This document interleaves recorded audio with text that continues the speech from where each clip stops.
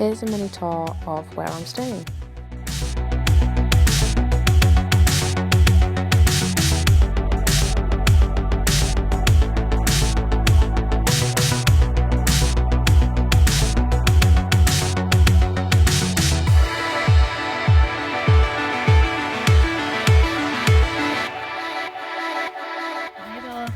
I'm doing a vlog. You can be in it if you want, but just don't be annoying. Okay, pipe down. This is an annoying little pup. Calm down. Just stand up. I'm gonna try this again. Will I be a good girl? Okay. So anyway, today I thought I would do a vlog about what it's been like to be living alone, kind of. Because there's like the main house where everybody else is, and then there's this little cabin where I am on my own. And it's been pretty scary at times. Yeah, so I'll talk about the anxiety, paranoia, the crippling fear at times. Nah, jokes. And some of the good things, because it has been good to have my own space. Bella, let's go. Gotta learn boundaries.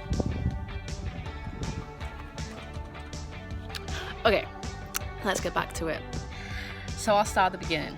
When I first got here, I was really jet lagged, extra tired, and that's when I first got introduced to these huge dogs. And bear in mind, I'm not used to being around dogs because we don't own pets at my house. And yeah, so I was actually petrified because I thought they were gonna eat me.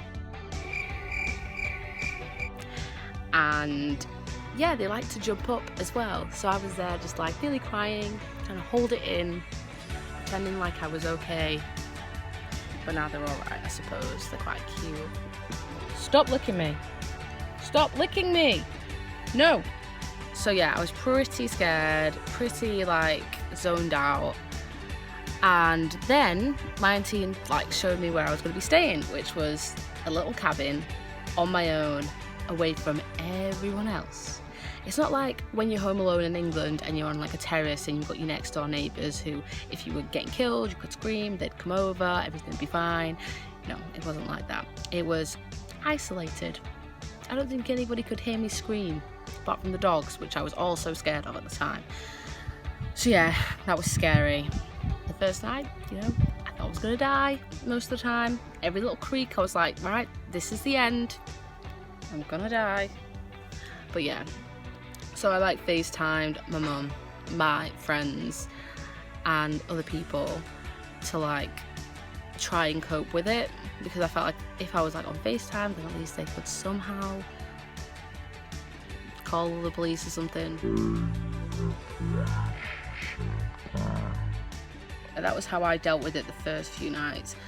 And I also like put the TV on, but yeah, so the fear was like pretty bad. But then what made it even worse was that I felt like I couldn't complain about it. I couldn't like have a little good old moan about it, because here everyone's really positive, and if you even like complain at all, you're like negative. But like in England, everybody complains. That's like how people bond. It's like the sign of a good conversation is like how much you can complain and bitch about everything. But here, you complain and you're just a really annoying human. So I was there just like every single night, just wanting to cry, but like couldn't talk to anyone about it or vent. And then like, you know, it was pretty depressing. But now I've gotten past it, so like we're in week 3. I'm like more adjusted to it now, and yeah, I'm not like scared of death. Well, I'm scared of death, don't get me wrong, and definitely scared of death and do not want to die, but I'm not scared that someone's going to kill me. And the way I kind of got around that, I had to kind of think, why would someone want to kill me? Like, have I like pissed anyone off? And then that kind of reassured me that I didn't think I'd pissed anyone off. So yeah, that was like really good. Yeah. The thing that was hard about like being on my own is that I've never really been on my own like this before. Like, even when like I'd be home alone or something, I'd have my next door neighbours. They'd be in the whole street would be in. I'm next to a main road. If I really needed to, I could like run onto the street and like scream for help. And like, it's really kind of annoying at times, but through the walls you can hear your neighbours, like the baby's crying or something, and even though it's annoying at the time, it's like reassurance. And like being like completely on your own, it just gets really quiet and you're just like, is that my heart beating, or is that the person who's gonna come kill me? Jokes. Yeah, so I wasn't really used to it, and it was kind of sad. It was depressing.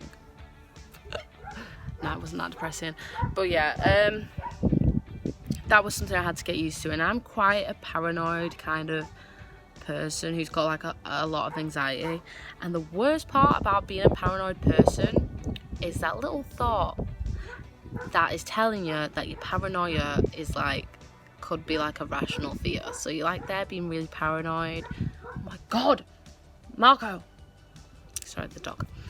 But like the really annoying thing about paranoia is that there's that little voice in your head that tells you, oh, this might not be paranoia, which makes it worse, because then there's that little part of you that kind of believes those stupid thoughts. And I was there just like, shit. But yeah, and then it's just like hard as well, because it's not only like I was on my own for the first time, I'm in like a completely different country, and I can't just like call my mum and be like, hi, can you just come get me? Do you know what I mean? And yeah, that was pretty hard. Another annoying thing about it is when you're trying to cook for one person, like, and you spend all of your time usually cooking for at least 3 people, or 2 would be easier, but one person. In shops, everything is like portioned up for like 2 people, because everyone in the shops, I assume, I think everyone assumes that everyone has people they're around. But yeah, so I'd have to cook for myself, and then there'd be stuff left over, and then I'd have to eat it the next day, and I'd be like, I don't want to eat this again. I want to eat some other food that I actually like, because yeah, like who the hell wants to make rice? Oh shit, I can't swear. Rice and like beans or something, and then eat it for breakfast.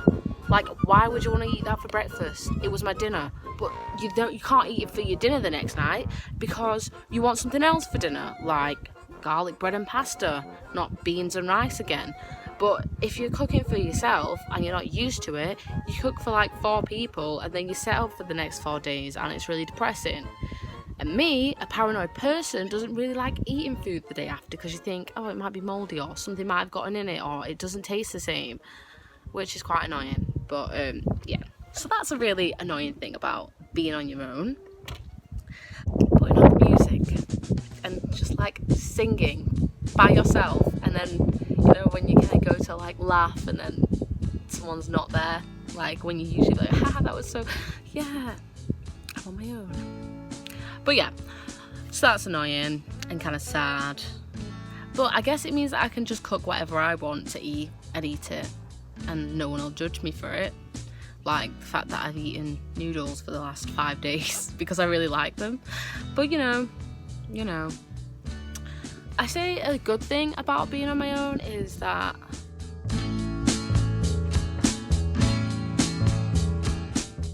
yeah, I'm gonna have to think about that 1 sec. You get to watch what you want and eat what you want without having to worry about what anybody else wants to do, and it's kind of like nice, because it like gets rid of a bit of stress that you might have when you're like picking a film or something. But yeah, I don't know, it's kind of slightly empowering after you've survived 1 night in the cabin. You're like, I'm still alive and no one else saved me. But yeah, I feel like being on my own is like teaching me some sort of independence, and that I need to learn how to rely on myself and trust myself, and not feel that if I don't have someone else with me then I'm not safe, that I'm like vulnerable. I need to be able to be alright with being able to come up to the cabin alone, not like check under the bed every single night. I just need to be able to trust myself, be alright, because I don't think like a lot of people in their life live alone, like completely alone. And I think it's a good experience, you know. As much as like I'm complaining, I kind of like it, especially like in the morning where, you know, she's just, no, scratch that, not in the morning, that doesn't make any sense.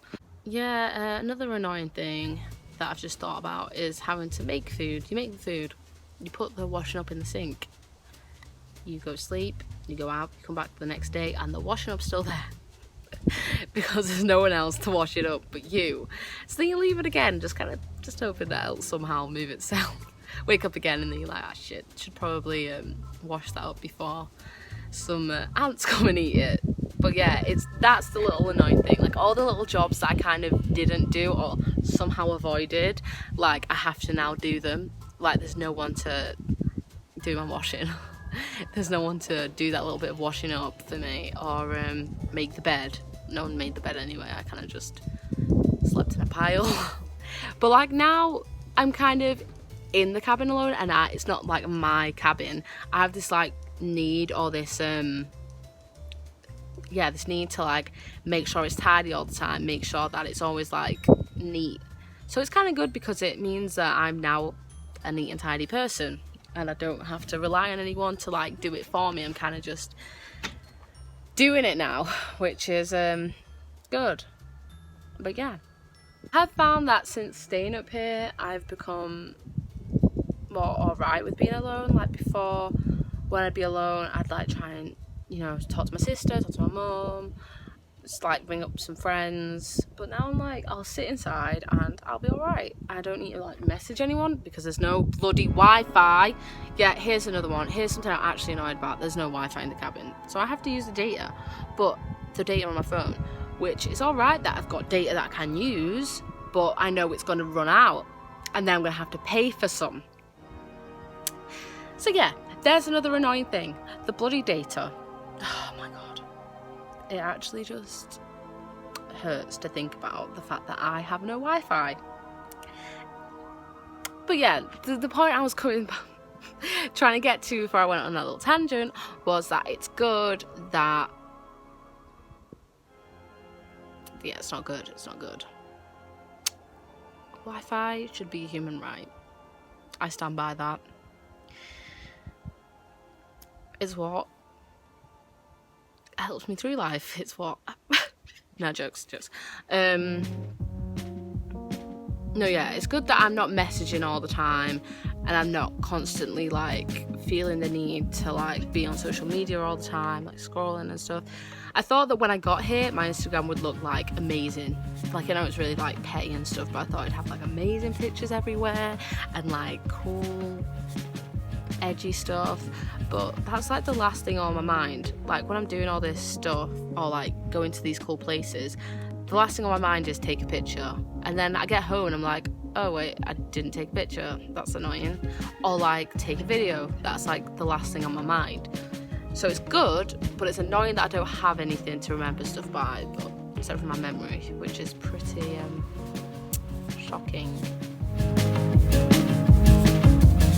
But yeah, I think it's good that I'm becoming more independent, not relying on people as much, not feeling the need to be on social media all the time, and, you know, not being scared of my own shadow. So yeah, I think that's like all I really have to say about living alone. If there's anything I missed or that you want to know or that I could make a vlog about, feel free to let me know. So yeah, bye from me and Bella.